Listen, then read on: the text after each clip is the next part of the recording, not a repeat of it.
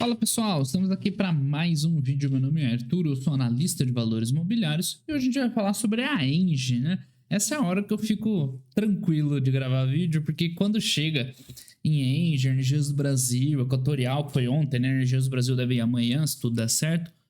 Pô, fica muito fácil minha vida, né? Muito tranquilo falar dessas empresas, é claro, né? A gente sempre tenta equilibrar aqui no canal falar de empresas novas, mas não esquecer das antigas, tá? Então é relevante, vocês me cobram. E foi legal de ver que na sexta-feira, por exemplo, o vídeo da Sanepar teve bastante view para uma empresa que a princípio não tem nada de novo, sim, mas o pessoal gosta bastante, tá? Então vamos ver o resultado da Engie no segundo trimestre. É bem interessante, assim, sempre tem a oportunidade de eu tentar falar, assim, o case da Engie é o mesmo, não muda, né, de um trimestre para o outro. Mas eu sempre tento falar de um jeito diferente para ir ativando zonas diferentes aí da incompreensão de vocês, tá? Enfim, aqui a gente vê a parte financeira, um resumão do que aconteceu financeiramente. Embora aqui ó, a EBITDA subiu, o lucro líquido subiu, isso aqui é o resultado de um monte de coisa acontecendo ao mesmo tempo. Tá? Coisas positivas, às vezes negativas, porque como essas elétricas têm muito ativo, muita coisa diferente, sempre tem uma coisinha que tá meio enroscada, outras estão com não recorrente, então pode parecer meio confuso se você pegasse um turbilhão de resultados, tá? Mas no geral, o importante é ver, e a gente vai ver mais para frente na apresentação, é que a empresa esteja evoluindo, o EBITDA esteja crescendo, né, sequencialmente, o endividamento sob controle, os novos projetos entrando. Então ficar olhando trimestral assim pode induzir ao erro. No caso aqui, nem é muito, porque tá subindo mais ou menos a mesma coisa no trimestral, no acumulado do ano, tá bem tranquilo, porque não teve nada demais aqui, né? Teve um aumento de preço e volume de vendas, compensado por um custo maior de compra de energia, e no final das contas deu no mesmo, tá? Isso aqui, resultado financeiro, tá de fato segurando um pouquinho o lucro líquido da Engie, que era para estar sendo maior, mas faz parte do negócio, tá? Não é nem em relação à dívida propriamente dita que esteja muito fora do normal, né? A dívida tá bem tranquila, a gente já vai ver isso, mas o custo da dívida tá alto. Porque, né, todo mundo sabe, ciclo de alta da taxa Selic, que puxa geralmente os indexadores de dívida. Tá? Na verdade, acho que a dívida dela é mais inflação mesmo. Enfim, inflação também dos últimos 12 meses tá alta, tá? Mas no geral, resultado super tranquilo, nada de muito destaque para comentar, tá? Os destaques de negócios da empresa tem duas coisas. Tem um dividendo, né, que pra gente não é muito relevante. E tem duas coisas. Uma é pouco relevante, outra é bem interessante, tá? Então é importante saber entender o que é relevante ou não. No caso aqui é fácil, tá? Porque ela ganhou um lote novo no último leilão de transmissão que teve.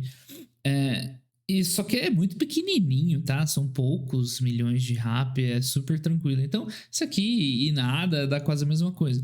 Importante por quê? Porque esse último leilão, tá, não foi com taxas muito boas, tá? Acabou saindo muito caro os projetos, a taxa de retorno não era interessante. O que as boas empresas fizeram? Nenhuma levou lote. A Engie levou um lote de 1 quilômetro, pelo amor de Deus, né? Isso aqui nada é a mesma coisa. É só para complementar o que eles já tinham lá, né? De uma outra linha grande que eles já tinham. Então, isso é importante, tá? Empresas boas tomam boas decisões de investimento. O último leilão de transmissão, a gente comentou aqui em algumas oportunidades, não foi muito favorável. Né, saiu com deságio muito grande numa rentabilidade que já era meio fraca. O que aconteceu? As boas empresas ficaram de fora. Vão investir em outros projetos que têm potencial de dar mais retorno. Ok? Então, perfeito. Do lado direito, aqui sim a gente tem uma notícia bem relevante, tá? Esse conjunto eólico, ele é grande, quase 1 gigawatt, é bastante coisa de capacidade instalada. Né? Tudo bem, vai custar caro, né? Até terminar de investir. Mas, né, parece interessante sim. Eu ainda não tenho uma base boa para avaliar esses complexos eólicos e tal, taxa de retorno, mas tudo indica que seja um projeto importante para a empresa, né? Grande, porque né, pela capacidade instalada aqui não é pouco frente à Engie, que tem um parte grande de geração. O dividendo a gente fala mais pela frente, aí não é a parte mais importante. Principal notícia aí da Engie recentemente, eu até comentei lá nos vídeos do Canguru, quem não sabe o que eu tô falando, dá uma olhada aí depois. Que eles terminaram de vender todas as usinas termoelétricas, tá? Uma a gás mais cedo lá, até Jorge Lacerda, já tinha vendido, e essa Pampa Sul, né, que fechou agora, que é uma usina carvão. Então essa era meio um pedrinha no sapato da Engie.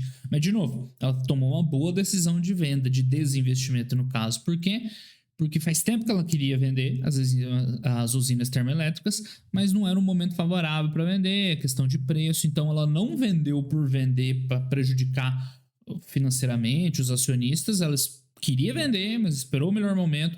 Agora que a gente teve crise hídrica no ano passado, que bombou lá as térmicas, foi lá e vendeu no preço bom. Então, mais uma boa decisão de investimento. Então, a gente vai somando as coisas, né, e vai caminhando para a excelente decisão que é investir numa empresa como a Engie.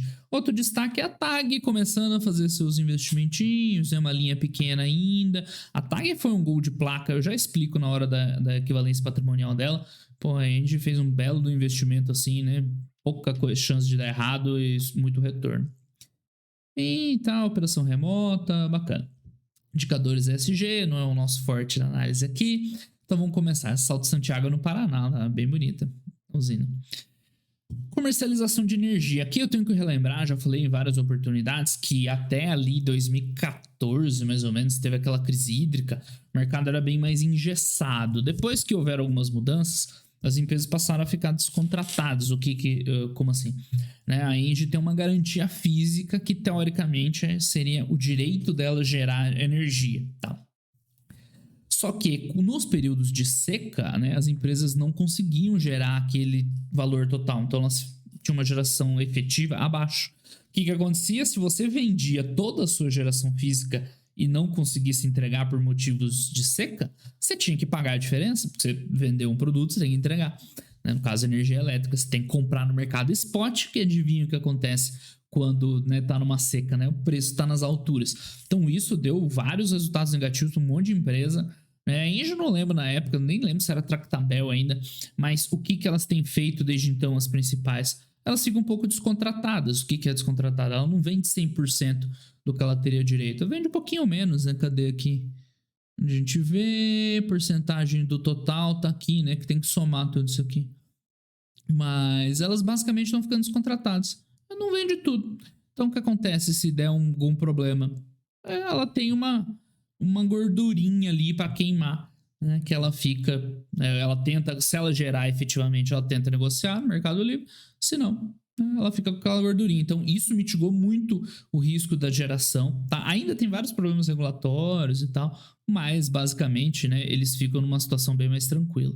Então a Engie, ela negocia assim os contratos bem de longo prazo, então ela já vendeu a energia que ela vai gerar em 2027, né? Ou seja, a empresa ela tem uma previsibilidade bem grande dessas receitas, salvo num evento catastrófico que a queda da energia de fato gerada seja muito maior que esse colchão, essa preservação de reserva para proteção contra o risco hidrológico, que ela teria algum impacto. Mas a gente viu uma crise pesada ano passado e as empresas saíram tranquilas, porque elas tinham essa noção, elas se prepararam. A gente viu na S Brasil que ela comprou energia adiantada. Olha só, a geradora comprou antes porque não ia gerar o suficiente, mas comprou barato, depois vendeu caro. Então elas têm feito um belíssimo trabalho, e a Engie também, com certeza, tá? Enfim, market share, outra coisa que a Engie vende muito para clientes livres, tá? Isso é legal. Não sei dizer exatamente o quão relevante é, mas, enfim, de fato é interessante, tal. Beleza. Vamos para expansão, isso aqui interessa muito. Tá? Eu falei no vídeo da Equatorial que a Equatorial, para mim, está praticamente uma prateleira única, porque o que ela entrega de geração de valor é fora do normal. É verdade, mantém. Mas a Engie Energia do Brasil também são muito boas, né? Elas estão ali junto com a Equatorial, talvez um pouquinho mais abaixo. Por quê? Elas quebraram aquele estigma de elétrica muito passiva, que fica só lá com as suas usinas, tranquilona, gerando caixa, pagando dividendo e não faz nada. Não, elas são dinâmicas, elas estão sempre investindo em crescimento, cada uma com o seu caminho. Não é igual a Equatorial, que é uma máquina de fazer aquisição, transformar em empresa. Por isso que ela gera mais valor, para mim tá um pouquinho acima.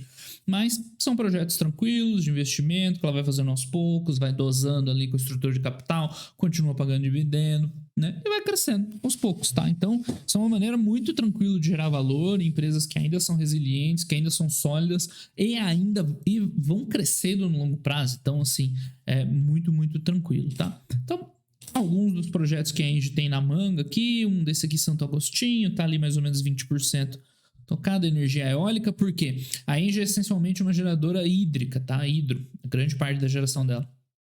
Mas meio que não tem mais para onde crescer energia hidro no Brasil, não sei, fazendo outras aquisições, são poucos os projetos disponíveis que tem para novas hidrelétricas. Então o caminho tem sido nos últimos anos de principalmente solar e eólica, tá? Agora a gente tá vendo alguns leilões de energia térmica ainda, mas isso aí tá fora do escopo da Engie, né? Então tem aqui um investimentinho, tal, tem o início da operação agora pro final do ano. No final do ano entra mais um resultado. E depois entra um outro, depois entra o outro, ela vai só crescendo, administrando endividamento, melhorando o resultado, é coisa linda. Né? Então, esse projeto de transmissão no Gralha Azul, ele meio que já tá no resultado, tá? Ele não tá 100% terminado, mas ela já tá reconhecendo mais de 90% da receita, tranquilo. Foi um segmento de transmissão um pouquinho maior, que ela comprou do zero, né? Ganhou a concessão, tocou, uma taxa de retorno boa, quase certo, né? Falta 100%, vai faltar um pedacinho lá que tem que fazer aqui, ó, conectar, que depende de outra pessoa, mas ela já tá reconhecendo o resultado, já tá tudo certo, mais de 90% da receita, tá? Esse outro projeto, ele é maior, ele é grande e, assim, ó, são aqui, ó, não é tanta diferença, 270 milhões, não é assim um absurdo para. Lembrando, isso aqui é anual, é receita anual, mas como a margem é bem alta, né? Vira quase EBITDA isso aqui, né? Quase 90% vira EBITDA. Aqui um projeto grande, já com uma RAP maior, que esse a Engie fez uma aquisição. A empresa que estava tocando, a gente foi lá e comprou o projeto dela, não foi desde o início na concessão.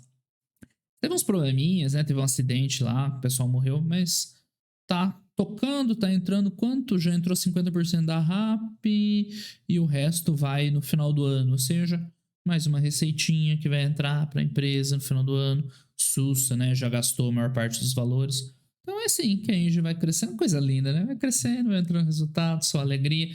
Então tá aqui, ó, esses dois segmentos. Um Gralha Azul no Paraná, esse novo estado lá é Pará, Tocantins. E o que ela ganhou agora é só um pedacinho ali, só para fechar ali. Não é relevante, mas 6 milhões de RAP não é relevante para a empresa, tá?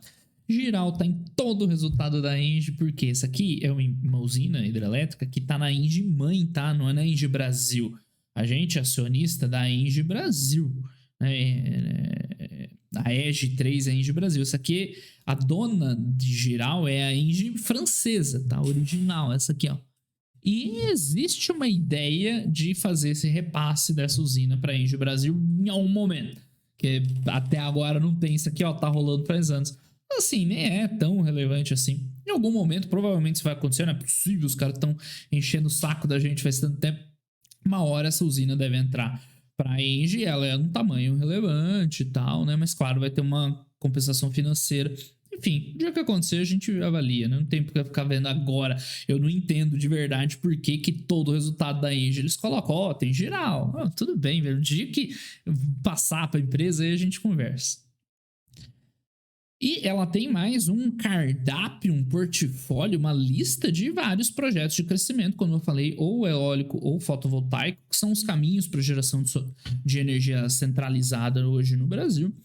E, enfim, né, vão tocando aos poucos, claro, não vai fazer isso aqui tudo de uma vez, ela vai dosando e tal, uns outros para ter uma entrega gradual, até porque tudo isso aqui custa caro, né, a grana que você põe na frente antes de estar dando resultado, então não dá para tomar bilhões de dívida, ficar endividado da tampa, o risco operacional fica grande, tá? Deixa eu voltar aqui. Então ela vai tocando aos poucos aí, vão entrando de vez em quando, todo ano alguma coisa nova tá entrando e vai crescendo. Então ela tem um portfólio robusto, né? Se somar tudo aqui tá atrás de mim, são 3,5 gigawatts, é bastante de geração. Agora vamos ver os números, no final das contas, enfim, eles começam falando de ROI, né? Diferentão. Ela fica ali estável, um pouco mais, um pouco menos. Não muda muito em termos de ROI, de ROIC, né? Bem estável. Eles estão destacando aqui os últimos 5 anos da empresa, investir 20 bilhões, né? Com boa parte vindo de dívida, né? Que eles vão administrando. E o que acontece? Vai crescendo, né? O EBITDA dobrou, lucro líquido 30%. Lembrando, né, que ela é uma empresa que, bem ou mal, distribui ainda bastante dividendo. Ou seja, ela alia ali um retorno de capital para os sócios e um crescimento. Mantém um crescimento de longo prazo não negligenciável, não é baixo. Ou seja, né, é bem favorável nesse caso. Nesse caso a gente gosta de empresa que paga dividendo, mas que vai crescendo ao longo do tempo. Né, fez a operação lá da TAG, que foi muito legal, enfim. Né? Em termos de receita, EBITDA e tal, não tem muito o que falar, né? Receita dá uma leve caída, porque perdeu receita de construção da transmissão. Isso aqui é irrelevante, tá? Receita de construção é um item contábil só no impacto caixa da empresa, enquanto estava em obras, né? Na verdade, ela cresceu um pouquinho a receita, que melhorou o preço e volume de vendas. Isso aqui é apenas contábil, tá? Tem a TAG, que eu falei que eu ia explicar aqui. Como é que foi a TAG? A TAG é uma rede de transporte de gás, tá? De gasodutos, foi adquirida junto à Petrobras, e a Engie tem 30%, 32%. E como é que foi feito? Foi feito um leverage buyout. O que é isso? A empresa foi estruturada, a gestora da TAG, que é a transportadora de gás, enfim, tem uma empresa, um guarda-chuvinha em cima dela, e o custo da aquisição foi montado, estruturado em dívidas dentro dessa empresa controladora, a qual a Engie tem 30%. Então, a dívida da TAG ela não está dentro do balanço da Engie, está dentro do balanço da empresa que administra a TAG, que a Engie tem 30%. Qual que foi a grande tacada? Você fez uma aquisição virtualmente sem gastar dinheiro, o seu dinheiro. Então, é claro, ela tem um resultado financeiro bem negativo, porque né, foi uma dívida grande para fazer a compra, mas com o tempo vai desalavancando, vai pagando essa dívida. A TAG já começa a fazer seus investimentos, vai crescendo e o EBITDA vai sendo consolidado por equivalência patrimonial. Então, por isso foi uma grande tacada. Não adicionou risco para a Engie, né? Virtualmente não custou dinheiro. Contrapartida, o resultado vem aos poucos, né? Devagar, que é uma empresa que a dívida está lá dentro dela. Mas aos poucos vai entrando, receita muito previsível. Já é 160 milhões de EBITDA, uns 10%, pouco menos de 10% do EBITDA da empresa, não é irrelevante. Um troço que saiu virtualmente de graça, excepcional, né? Então aqui a gente vê o EBITDA, que é assim, o melhor número para a gente acompanhar, uma evolução aqui, ó, comparando ajustado com ajustado de 23%, super tranquilo. Lembrando, então, um monte de ajustes nessas empresas. Teve impairment de térmica, tem essa questão da transmissão lá, da receita de construção, né, que é contábil.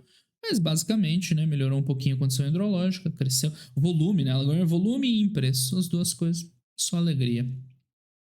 23% de crescimento, o lucro líquido também cresceu, quanto? 20%, o ajustado, tá tirando não recorrentes, porque aqui o resultado financeiro pisou um pouco mais, eu já falei um pouco, a gente já vai ver aqui depois, a dívida dela tá ok, 2 vezes dívida líquida EBITDA, sussa, mas os indexadores do custo da dívida aumentou, tá aqui a dívida dela, principalmente IPCA. É interessante, porque geralmente você tem a dívida indexada naquilo que a sua receita está atrelada, No caso da Engie, que é geradora, ela poderia escolher entre IPCA, CDI e tal, mas o custo da dívida tá alto, 15% ao ano, pesa. Enfim, vai pesar em alguns momentos mais, outros menos. O importante é, na média, ela gerar valor. Tô voltando aqui para falar de endividamento, tá? Isso aqui é bom destacar, porque eu acho que algumas pessoas têm um certo receio de endividamento, que é plenamente justificável, Brasileiro sabe, tem medo do endividamento, que já prejudicou, quebrou muita empresa no passado. Mas aqui no caso da Engie é muito bem administrado. Por quê? Você vê que a dívida total ela vai subindo. Não sei se é dívida líquida ou dívida total. Enfim. A dívida dela vai subindo. Então tem gente que olha e se assusta um pouco.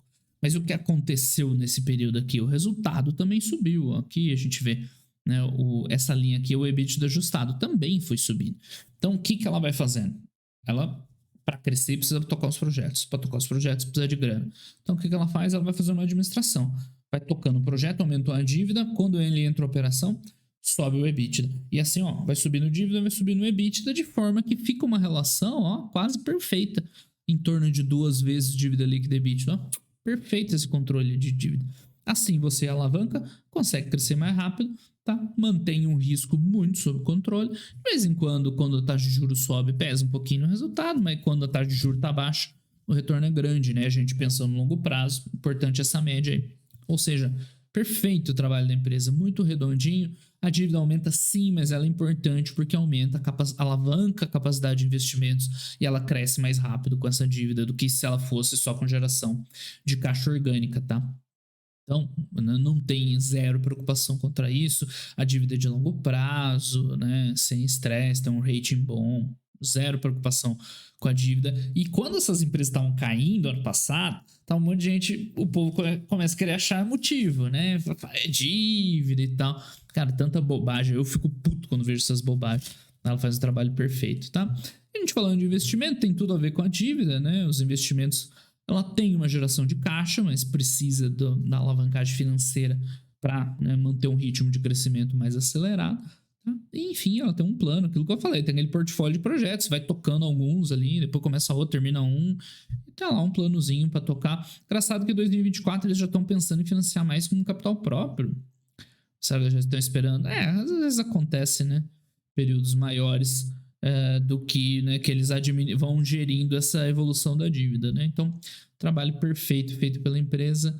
E aqui, por último, né? Então, se você viu tudo é redondinho, a gente viu gestão de capital, crescimento, retorno sobre investimento, 100%, aí você olha a distribuição de capital, né? Então, a gente vê que fica ali em torno desses 3, 4, 5, teve períodos, né, de yield alto, mas aqui provavelmente a cotação que caiu, né, distribuiu mais provento também. Mas é isso, pessoal, não acompanhe dividendo nunca em nenhuma empresa, tá? Não é aqui, isso aqui é a consequência, tá? A causa tá aqui, ó. É esse crescimento aqui, é o ROIC que a gente viu lá na frente, é a evolução dos resultados, é isso que gera resultado, tá? Então, se a empresa faz tudo isso direitinho, no final ela pode distribuir tranquilo. Outra dúvida, questão que o pessoal fica preocupado, não seria melhor ela cortar dividendo para pagar a dívida? Não, pessoal, aquele patamar lá tá super tranquilo, 2 vezes EBITDA, bem razoável, não precisa disso, tá? É a forma da empresa operar. Enfim, aqui no Brasil a gente não tem muitas opções, mas se você detestar dividendo, no exterior você pode escolher a empresa do jeito que você quiser. Empresa que cresce com dívida, sem dívida, pagando dividendo, sem pagar dividendo, empresa de utility que paga dividendo, empresa de utility que não paga dividendo. Lá tem tudo quanto é tipo. Aqui no Brasil, infelizmente, não. Você tem que escolher as melhores, independente do jeito que elas tocam o barco, tá? E a Engie com certeza está entre as melhores.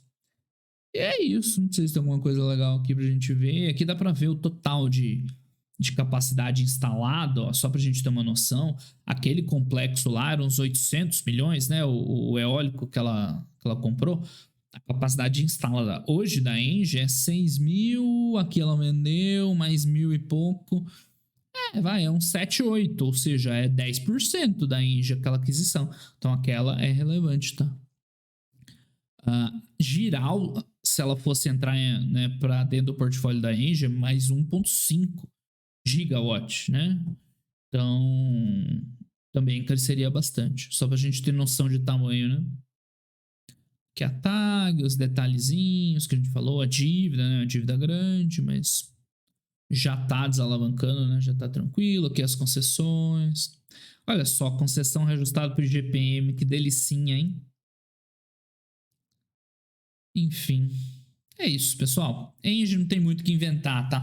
Essa é uma empresa, pra você acompanhar, uma vez por ano você olha pra ver se tá tudo certo. Não existe buy and forget, tá? Você compra a empresa e esquece de ver. Não é isso que eu tô falando, pelo amor de Deus, tá?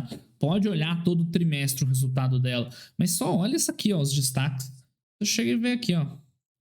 Está tudo certo, sim? Beleza, é isso. É 10 segundos para olhar, tá? Mas olha todo o trimestre, porque pode acontecer uma bobagem imensa no primeiro, segundo tri, e isso aí é bonitão, só vai olhar no ano seguinte. Aí depois de um ano, né, destruir o valor pro inferno. Mas olha todo o trimestre, tá? Nem que seja só os destaques, e aqui tá tudo bem. E aí uma vez por ano você dá uma geral, assim, vendo esses projetos, a evolução e tal.